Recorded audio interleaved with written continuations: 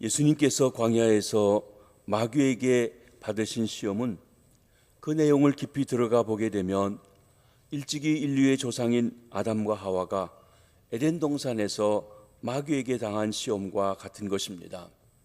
그것은 물질적인 시험이요, 정신적인 시험이며 육체적인 시험입니다. 인간은 영과 혼과 정신으로, 육체로 세 부분으로 나눠져 있습니다. 근데 마귀는 어느 한 부분도 소홀하지 아니하고 이 세 부분에 대해서 지속적으로 공격해 오는 것입니다.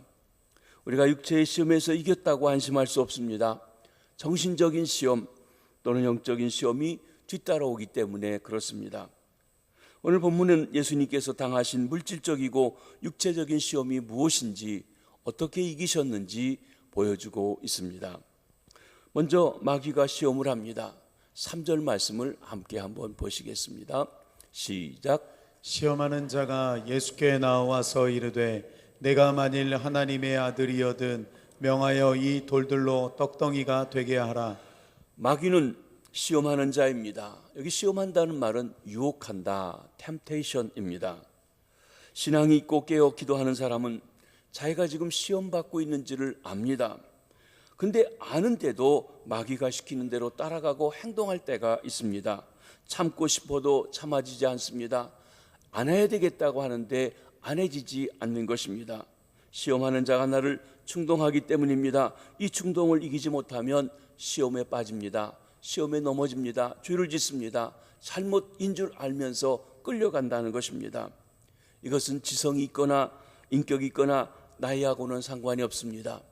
예수님의 제자 중에서도 베드로도 가룟 유다도 이 시험에 빠지고 말았던 것입니다. 마귀의 최대의 전술은 사람들로 하여금 자기의 존재를 인정하지 않도록 하면서 역사하는 것입니다. 말하자면 세상에 마귀는 없다는 것이다, 없는 것이다, 나는 마귀의 시험에 걸리지 않는다 라고 생각하게 합니다. 이것은 마치 사람 앞에서 정정당당하게 이야기하지 못하고 비겁하게 뒤에서 사람을 선동하고 조정하고 무리를 일으키는 사람과 같습니다. 나아가 악한 소문을 뻗들여서 의심하게 하고 비판하게 하면서도 결정적인 순간에는 누가 했는지 자기의 존재를 나타내지 않고 은근히 슬그머니 쏙 빠져버려서 많은 사람에게 상처와 피해를 주는 것과 같습니다. 요즘 인터넷에 네티즌들 자기 신분을 가리지 않고 그저 무작정 이렇게 남을 공격하는 것, 마귀 속성입니다. 마귀가 그렇게 하는 일들이라는 것입니다. 이런 속성을 가지고 일하는 일들이 가정에도, 직장에도, 교회에도, 사회에도 마귀가 충동질하며 다가오고 있는 것입니다. 시험하는 자 마귀가 제1단계로 사용하는 무기는 의심입니다. 하나님의 말씀을 먼저 의심하게 합니다. 여기 우리가 유의할 것은 마귀가 하나님의 존재나 하나님의 말씀 자체를 부인하지 않습니다. 단지 의심하게 만들고 있습니다. 첫 번째 시험에서 창세기 3장 1절에 보면 사탄은 하와에게 아주 교묘하게 의심을 던지며 질문하는 식으로 찾아옵니다. 뭐라고 합니까? 하나님이 참으로 너에게 동산의 모든 나무 열매를 먹지 말라 하시더냐? 어땠습니까? 하나님이 에덴 동산의 모든 것을 만들어 놓으시고 이 모든 것을 다 너희가 먹으라 그랬습니다. 단 한 가지, 에덴 동산 중앙에 있는 선악을 알게 하는 나무의 열매를 먹지 마라. 그거 먹으면 죽는다 그랬어요. 그런데 마귀는 뭐라고 질문합니까? 하나님이 모든 것을 먹지 말라고 하더냐 하면서 비슷한 듯 하면서도 의심하게 만드는 일을 한다는 것입니다. 마귀가 예수님을 시험한 방법도 똑같은 것이었습니다. 그것은 본문 3절에 이르되 내가 만일 하나님의 아들이거든, 그렇게 시작합니다. 여러분, 본문 앞에 마태복음 3장 17절에 보면 예수님께서 세례 요한에게 세례를 받으시고 물에서 올라오실 때 하늘로부터 소리가 들렸습니다. 이는 내 사랑하는 아들이요 내 기뻐하는 자라. 하나님이 직접 주신 음성입니다. 바스콜이라고 불리워지는 것입니다. 하나님의 음성이 직접 그 일을 확인해 주셨습니다. 그럼에도 불구하고 여기 지금 마귀는 의심이라고 하는 무기를 가지고 도전합니다. 만일 내가 하나님의 아들이거든. 어떻게 보면 이는 하나님의 아들인 것을 인정하는 듯 하기도 하면서 사실은 교묘하게 하나님이 인정하고 선포하신 하나님의 아들이라는 사실을 의심하게 하고 확인해 보게 하려는 술수인 것입니다. 의심은 언제나 무서운 무기인, 얼마나 무서운 무기인지 모릅니다. 믿지 못하고 의심하는 것은 큰 파괴력을 가지고 있습니다.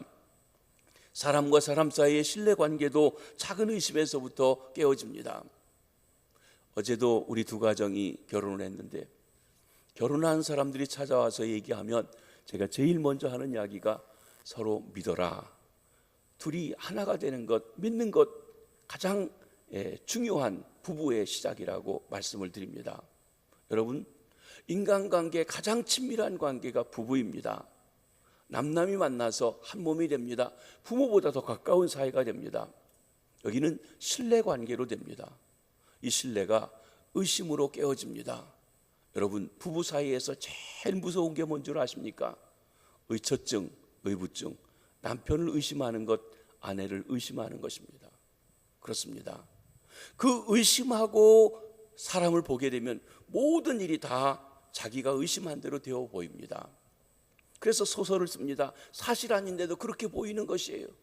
그래서 그렇다고 단정하고 정죄하고 하게 되면 관계가 다 깨어져 버리는 것입니다. 차라리 당하더라도 믿어주는 것이 훨씬 그 관계에 있어서 아름답고 좋게 해결될 수 있는 길이 있는데도 말입니다. 우리가 누군가를 의심하는 마음으로 보게 되면 모든 것이 다 그렇게 이상하게 보이기 시작하는 것입니다. 불행의 시작입니다. 그러므로 우리는 의심을 넘어 신뢰 관계를 굳건히 해야 됩니다. 가정에서나 이웃관계에서나 사회에서나 교회에서나 이 신뢰 관계를 깨려고 하는 것이 마귀의 술수입니다. 여러분, 우리에게 의심하는 일을 주고 있다고 하는 것은 마귀가 우리에게 시험하고 있다는 것을 기억하셔야 할 것입니다. 그렇습니다. 여러분, 신뢰관계를 굳건히 해서 의심을 물리칠 때 행복의 관건이 되어지는 것입니다. 그러면 마귀가 한 첫 번째 시험의 구체적인 내용은 무엇입니까? 그것은 광야에 널려져 있는 돌들을 가지고 떡을 만들으라고 말씀한 것입니다. 이 돌들이 떡덩이가 되게 하라. 어떤 의미가 있습니까? 첫째로는 하나님의 아들의 능력에 대한 공격입니다. 내가 정말 하나님의 아들이라고 한다고 하면 여기저기 흩어져 있는 광야의 돌들을 떡으로 만들어서 내 자신이 하나님의 아들임을 증명해 보아라. 하나님의 아들, 신이 가지고 있는 능력, 그걸 한번 보여라, 그것입니다. 그렇게 함으로 예수로 하여금 하나님을 의지하지 않고 자기 자신의 힘에 의해서 스스로 모든 것을 할 수 있도록 하는, 거기에 마귀의 목적이 있습니다. 물론 예수님은 하나님의 아들이시기 때문에 그렇게 할 능력이 있으십니다. 그런데 마귀는 그러한 능력을 하나님을 위해서 사용하지 않고 자신의 힘을 과시하기 위해, 그리고 자신의 욕망을 채우기 위해 사용하도록 유혹하는 것입니다. 아주 평범하게 다가왔지만 얼마나 무서운 유혹인지 모릅니다. 마귀는 동일하게 오늘날 우리들에게도 이런 유혹을 던집니다. 성공하고 유명해지기 위해서 너의 능력과 재주를 사용해라. 하나님 없이도 너는 행복할 수 있다. 하나님 없이도 너는 돈을 벌 수 있다. 하나님 없이도 너는 출세하고 권력을 얻을 수 있다. 그런 종류의 시험인 것입니다. 특별히 이런 유혹들은 신앙생활을 오래 한 사람들에게도 찾아옵니다. 때론 목회자들에게, 때론 장로님들에게, 때론 권사님들에게 말입니다. 모든 일들이 잘 되어질 때 교회 일, 하나님의 일을 하나님께 의지하기보다는 오랜 경험이 있으니까 네 경험대로 해라, 네 지식대로 해라, 네 방법대로 해라 하면서 우리를 유혹하는 것입니다. 하나님께 기도하지 않고 하나님의 일을 하게 만듭니다. 하나님 없이 하나님의 일을 하도록 유혹하는 것입니다. 두 번째로 이 돌들이 떡덩이가 되게 하라는 것은 하나님의 아들의 사명에 대한 공격이기도 합니다. 이 시험은 예수님께서 40일 금식하신 후에 줄이셨을 때 있었던 것입니다. 하나님이 당신을 보내신 것은 하나님의 일을 하기 위함이 아니냐, 앞으로 당신이 해야 될 큰 사역이 기다리고 있는데 하나님의 아들인 당신이 이렇게 굶어서 죽어서야 되겠는가? 그러므로 위대한 사명을 위해선 무엇보다도 먼저 육체적인 죽음을 면해야 되지 않겠느냐? 내가 만일 하나님의 아들이라면 돌들로 떡을 만들어 굶주린 것을 면해야 되지 않겠느냐 하는 것입니다. 현실적으로 배고픈데 먹으라는 말처럼 설득력 있는 말이 없습니다. 우리 속담에도 3일을 굶으면 도둑질하는데 굶어 도둑질한 건 사람들이 다 봐줍니다. 왜? 굶었으니까, 배고프니까, 오죽했으면 하고 이해를 해주는 것입니다. 그러니까 뭡니까? 그런 것을 이용해서 우리들에게 다가옵니다. 누구든지 사람은 현실에 약하고 물질에 약하고 육체에 약합니다. 마귀는 이것을 이용해서 우리에게 이렇게 말합니다. 배고프니 먹는 것은 당연하지 않느냐? 여기에는 윤리나 도덕이라는 것이 없다. 문제가 되지 않는다. 그저 배고프면 먹어야 된다. 그것이 인생의 본질이다. 그럴 겁니다. 나아가 마귀는 예수님에게 교활하게 유혹합니다. 내가 만일 하나님의 아들이라면 너는 왜 40일 동안이나 되는 그 오랜 동안 금식해야 하느냐, 배고파야 하느냐, 이런 형편없는 광야에 살아야 하느냐. 세례 요한 같은 사람은 그럴 필요가 있을지 모른다. 그러나 너는 하나님의 아들이 아니냐, 내가 하나님의 아들이라고 한다고 하면 그렇게 하지 않아도 되지 않겠느냐 하는 것입니다. 이렇게 교활하게 마귀는 유혹합니다. 우리에게도 이런 시험이 올 수 있습니다. 하나님이 그 자녀를 축복해 주신다고 하는데 너는 왜 그렇게 어렵게 사느냐? 계속 곤고한 가운데 있느냐? 하나님을 잘못 믿은 것이 아니냐? 너도 수단 방법을 가리지 말고 육신 생활에 필요한 것들을 가져라. 좋은 음식, 좋은 옷, 좋은 차, 좋은 집 가질 권리가 너에게도 있다. 잘 살아야 하나님께 영광 돌릴 것이 아니냐? 어쨌든 예수 믿는 사람은 잘 살고 봐야 된다. 수단 방법을 가리지 말고 잘 살아라. 그런데 그것을 가지고 하나님께 11조도 드리고 건축원금도 드리고 구제비도 드리고 선교비도 드리면 그러면 사람들이 너를 인정해 줄 것이 아니냐. 마귀는 이런 식으로 우리를 유혹해 온다는 것입니다. 근데 중요한 것은 배고프냐 배부르냐가 아닙니다. 돈이 있느냐 없느냐가 문제가 아닙니다. 지위가 높으냐 낮으냐의 문제가 아닙니다. 내가 하나님의 뜻대로 살고 있느냐 아니냐가 문제라고 한 것입니다. 많은 사람들이 배고프냐 배부르냐 하는 문제에 시험에 들어 있습니다. 그러나 이 문제는 배고픔과 배부름의 문제가 아니란 것입니다. 하나님의 뜻대로 살고 있느냐 아니냐로 해결해야 할 문제인 것입니다. 만약 내가 지금 하나님의 뜻대로 하나님의 말씀에 합당하게 부끄러울 것이 없이 당당하게 살고 있다고 하면 혹 굶주리든지 지위가 없든지 보잘것없는 삶을 산다 할지라도 두려워하지 않고 기쁨과 감사함으로 살아갈 수가 있는 것입니다. 마귀의 시험 속에 감추어진 함정은 예수님이 하나님의 뜻에 순종하지 못하도록 개교를 부리고 있는 것입니다. 세 번째로 이 돌들이 떡덩이가 되게 하라는 것은 이는 예수님께서 하나님을 사랑하고 인류를 구원하러 오셨다는 그 일에 대한 도전이요 공격이기도 한 것입니다. 이 굶주림은 빈들에서 금식하고 있는 예수님에게만 닥쳐 있는 상황은 아닙니다. 예수님 당시 로마 통치 아래서 압박을 받고 있던 가난한 유대 백성들 전체가 양식이 없어서 굶주려 있었던 것입니다. 그러기에 마귀는 유혹합니다. 당신이 만약 하나님의 아들이라면 굶어서 허덕이고 있는 이 백성들을 진정으로 사랑하는 마음으로 이 돌들로 명하여서 떡이 되게 해서 그 떡으로 이 백성들을 먹여야 되지 않겠습니까? 이렇게 육체의 배고픔의 문제를 해결해 주면, 다른 나라나 왕들도 못하는 일을 당신이 해주면 사람들이 당신을 따를 것이고 당신이 쉽게 하늘나라를 전파하며 메시아로서의 사명을 감당할 수 있지 않겠습니까? 라고 하는 것입니다. 그러나 이 시험에는, 마귀의 말에는 잘못된 거짓된 진리가 두 가지가 포함되어 있습니다. 하나는 떡만 있으면 된다는 사상입니다. 배고픔만 해결해 주면 사람은 된다고 하는 것입니다. 두 번째로는 떡이 하나님보다 앞선다는 사상입니다. 공산주의가 그렇고 오늘날 많은 사람들이 거기에 물들어 있습니다. 잘 먹이기만 하면 된다는 것이에요. 마귀는 이 세상에서 가장 중요한 것은 떡이라는 사상을 심어주려고 하는 것입니다. 다시 말해서 배가 불러야 하나님도 있고 교회도 있고 예수님 믿는 것도 있지, 배고픈데 무슨 하나님은 어디가 있고 교회는 무슨 의미가 있냐, 그것입니다. 굶어 죽게 생겼는데. 현대말로 하면 경제제일주의입니다. 황금만능주의입니다. 돈이 있으면 다 된다는 것이에요. 어떻게 보면 그럴듯해 보이지만 아주 무서운 사상입니다.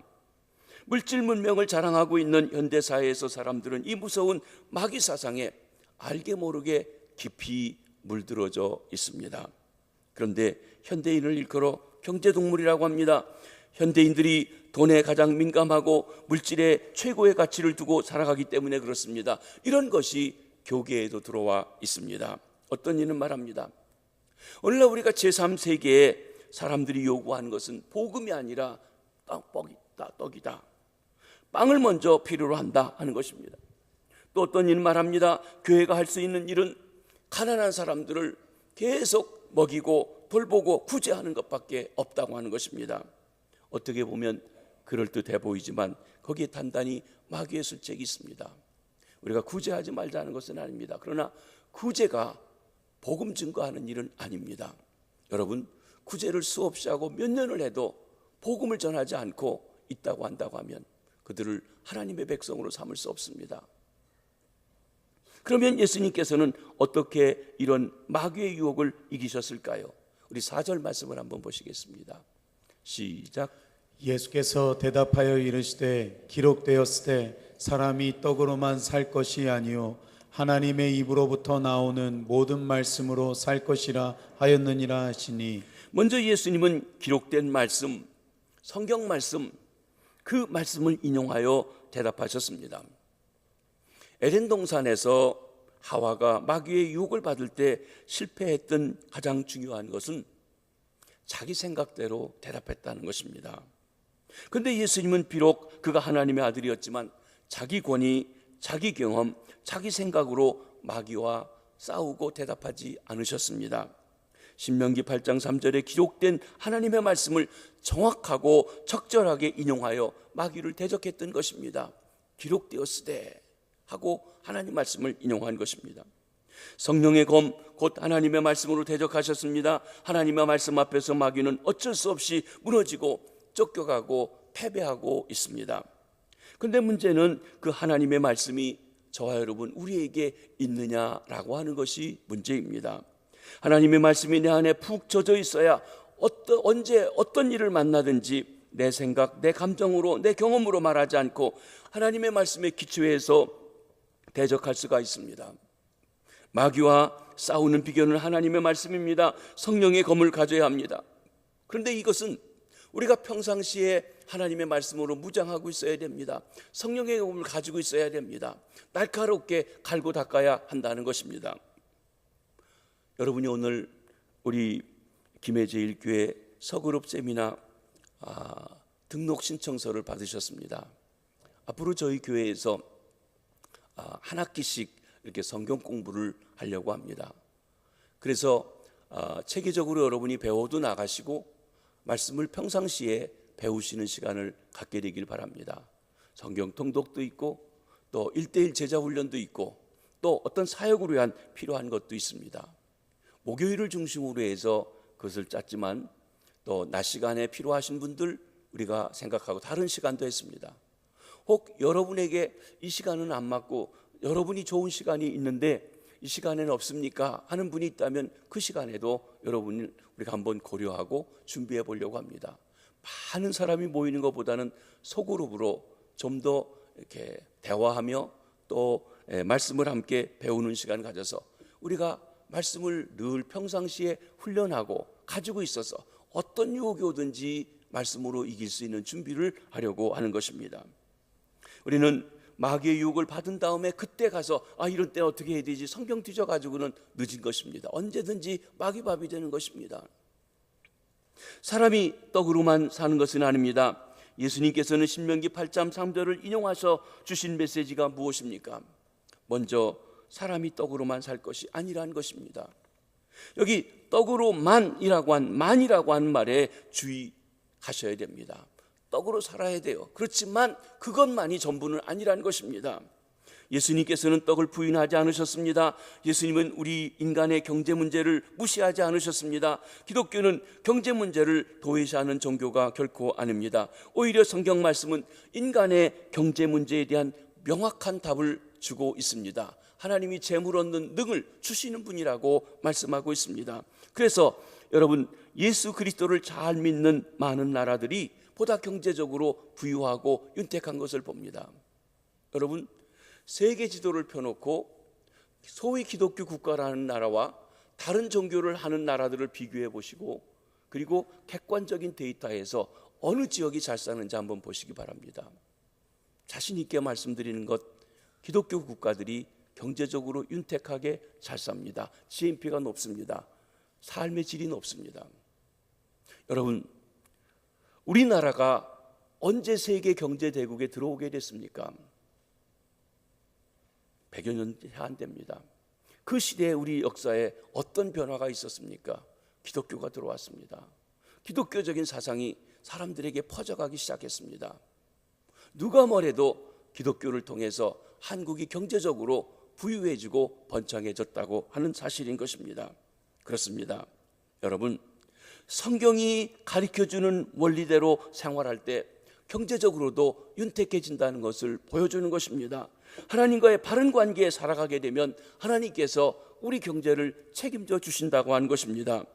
예수님은 우리의 물질적인 육체적인 필요를 잘 알고 계십니다. 육체를 가진 인간이기에 먹어야 하고, 육체를 가진 인간이기에 옷을 입어야 되고, 육체를 가진 인간이기에 잠을 자야 하며 잠을 자야 할 집도 필요하다는 것을 아십니다. 우리가 사업을 해서 돈을 많이 버는 것 나쁜 것 아닙니다. 여러분, 좋은 방법에서, 정당한 방법에서 하나님이 주시는 부를 누리십시오. 성경에는 하나님이 재물을 얻는 그 능력을 주신다고 하셨습니다.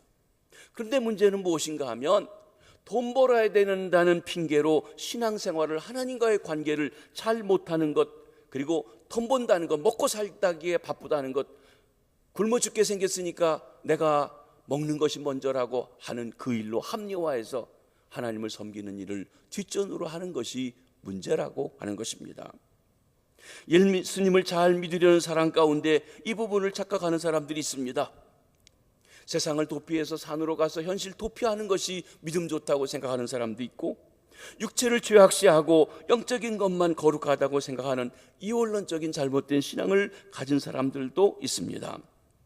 예수님은 육체를 인정하십니다. 그러나 육체만 생각하고 먹고 살아가는 것만 급급해하는 것은 문제가 있다는 것입니다. 육체만 생각한다면 인간은 동물과 다를 바가 없습니다. 개, 돼지, 소나 다를 바가 없다는 것입니다. 그저 먹고 싸고 살다가 죽는다고 한다는 의미가 없다는 것입니다. 여러분, 사람이 흙으로 지음받았지만 동시에 하나님의 형상대로 지음받았습니다. 하나님의 형상이기 때문에 인간이 만물의 영장이고, 하나님의 형상대로 지음받았기 때문에 인간이 모든 천하 만물보다 소중하다고 한 것입니다. 마귀는 인간의 영의 문제를 감추어 버리고 먹고 살아가는 현실적인 문제, 육체적인 문제, 물질적인 문제만 강조해서 우리로 하여금 영적인 문제에 대해서 등한히 하게 하고 모른 척 살아가도록 만들려고 한다는 것입니다. 사람이 떡으로만 사는 것이 아닙니다. 그러면 어떻게 살아가야 합니까? 하나님의 사람은 하나님의 말씀으로 살아야 합니다. 하나님의 입으로 나오는 모든 말씀으로 살 것입니다. 그러기에 이 말씀은 예수님께서 하나님의 아들로서 이렇게 말하는 것입니다. 나는 하나님의 아들이기 때문에 만일이라고 해서 시험해 볼 필요가 없고, 하나님의 아들이기 때문에 떡으로만 살지 않고 하나님의 말씀으로 산다고 선언하고 계신 것입니다. 나는 하나님과의 관계를 우선으로 산다고 선포하시는 것입니다. 그러기에 사람이 하나님의 말씀으로 산다는 말과 하나님으로 산다는 말은 동일합니다. 사람이 떡으로만 살 것이 아니요 하나님으로 말미암아 사는 것이라고 하면 오히려 더 받아들이기 쉬울 것인데, 왜 하나님의 입으로 나오는 말씀으로 산다고 이야기하고 있습니까? 우리는 이 기록된 말씀인 성경을 제쳐놓고 하나님을 알 길이 없어요. 우린 자꾸 이 성경은 책이니까 답답하다고 생각하고, 그저 기도하면 하나님이 내게 말씀하시고 보여주시고 이것만 생각해요. 신령님 같이 도통하고 이런 것만 생각한다는 것이 아닙니다. 하나님이 역사한 방법은 인격적으로 역사 속에서 사람을 통해서 그 문화 속에서 하나님 말씀을 주셨고, 그것이 오늘 우리에게도 하나님을 알고 체험하고 만나고 뜻을 분별하는 일에 있다고 하는 것입니다. 그러기에 우리는 성경 말씀을 제쳐놓고 하나님의 실체를 이해할 수 없습니다. 성경 말씀을 떠나서는 하나님을 알 수도 없고 하나님을 만날 수도 없고 하나님과 대화할 수도 없고 하나님의 뜻을 분별할 수도 없습니다. 성경 말씀이 곧 하나님이십니다. 이런 의미에서 하나님으로 산다는 것은 하나님의 말씀으로 산다는 것입니다. 여러분, 우리가 하나님을 믿고 있다고 하면서도 하나님의 말씀을 접어두고 일체 보지 않고 산다면 실제로는 신앙생활을 잘못하고 계신 것입니다. 그러면 우리는 왜 하나님 없이는 살지 못합니까? 하나님 말씀 없이는 왜 살지 못하는 것입니까? 이유는 간단해요. 하나님이 창조주니까, 하나님이 온 우주 만물을 지으신 분이시니까, 모든 것이 하나님께로부터 나왔기 때문에 그렇습니다. 성경은 창세기 1장 1장이 이렇게 시작합니다. 태초에 하나님이 천지 만물을 창조하시니라. 우주의 기원, 인류의 기원, 저와 여러분의 기원, 하나님께로 있다는 것입니다.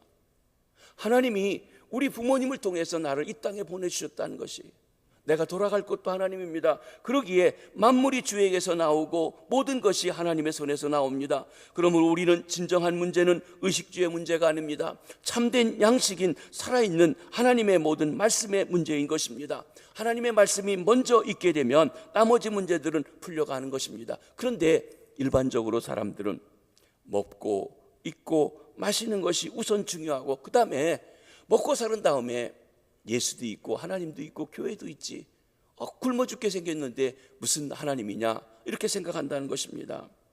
그런데 예수님은 먼저 우리의 영적인 문제를 해결하게 되면 먹는 것, 입는 것, 자는 것 문제는 해결된다고 말씀하십니다. 그래서 우리 주님께서 이렇게 우리에게 말씀하십니다. 마태복음 6장 31절로 33절 말씀입니다. 같이 한번 읽어보십니다. 시작. 그러므로 염려하여 이르기를 무엇을 먹을까, 무엇을 마실까, 무엇을 입을까 하지 말라. 이는 다 이방인들이 구하는 것이라. 너희 하늘 아버지께서 이 모든 것이 너희에게 있어야 할 줄을 아시느니라. 그런즉 너희는 먼저 그의 나라와 그의 의를 구하라. 그리하면 이 모든 것을 너희에게 더하시리라. 무엇 먹을까, 무엇 입을까, 무엇 마실까, 우리 간에 필요한 것이면 알아요. 그런데 그것에 관심하고 사는 사람은 이방인, 하나님 없는 사람이라고 그랬습니다. 혹 우리가 그렇다고 하면 하나님을 부르고 있으면서도 이방인과 다를 바 없이 살아가고 있다는 것입니다. 하나님을 아버지라고, 천부라고 믿고 있다면, 여러분, 아버지가 자녀를 돌보듯 우리 아버지께서 우리 필요한 거 다 하신다는 거예요. 근데 우리 관심이 먹고 살아가는 것에만 있지 아버지의 의중, 아버지의 뜻, 아버지의 마음에 대해 관심 없다는 것이에요. 그런데 먼저 그 나라, 그 의, 그 뜻을 구하면 아버지가, 창조주가, 역사의 주관주가 모든 것 더해주지 않겠느냐 하신 것입니다. 하나님의 자녀는 마땅히 하나님의 말씀으로 살아야 합니다. 하나님의 관계를 우선하고 살아야 하는 것입니다. 말씀을 정리합니다. 사람의 육체는 떡이 필요합니다. 그래서 늘 떡에 대한 유혹이, 먹고 마시고 살아가는 데 대한 유혹이 우리에게 많습니다. 먹고 살아가야 된다는 부담도 있습니다. 그러나 사람은 떡으로만 사는 것이 아닙니다. 성경은 사람의 영혼은 하나님의 말씀에 의해 만족되어야 한다고 했습니다. 왜냐하면 하나님의 형상으로 지음받았기 때문에 그렇습니다. 거기에 생명의 근원이 있습니다. 힘의 근원이 있습니다. 그러기에 영혼이 하나님으로, 그리고 하나님의 말씀으로 만족되면 떡의 문제는 문제가 되지 않습니다. 주님이 해결해 주십니다. 해결할 지혜를 주십니다. 마귀는 계속해서 우리에게 떡의 문제를 가지고 접근해 옵니다. 그러나 하나님은 우리에게 하나님의 말씀의 문제, 즉 하나님과의 관계에 대한 문제를 먼저 해결하라고 계속 접근하고 있습니다. 여러분은 지금 어떻게 살아가고 있습니까? 먹고 살아가는 데 매여서 예배도, 말씀 보는 것도 관심 없고 그저 우선 먹고 살아야 되지 않겠느냐고 그렇게만 생각하고 계십니까? 아니면 진정으로 마음을 다해 주님을 섬기고 있습니까? 사람이 떡으로만 사는 것이 아니요 하나님의 입으로부터 나오는 모든 말씀으로 살 것입니다. 우리 주님의 말씀입니다. 기도하겠습니다. 하나님 아버지,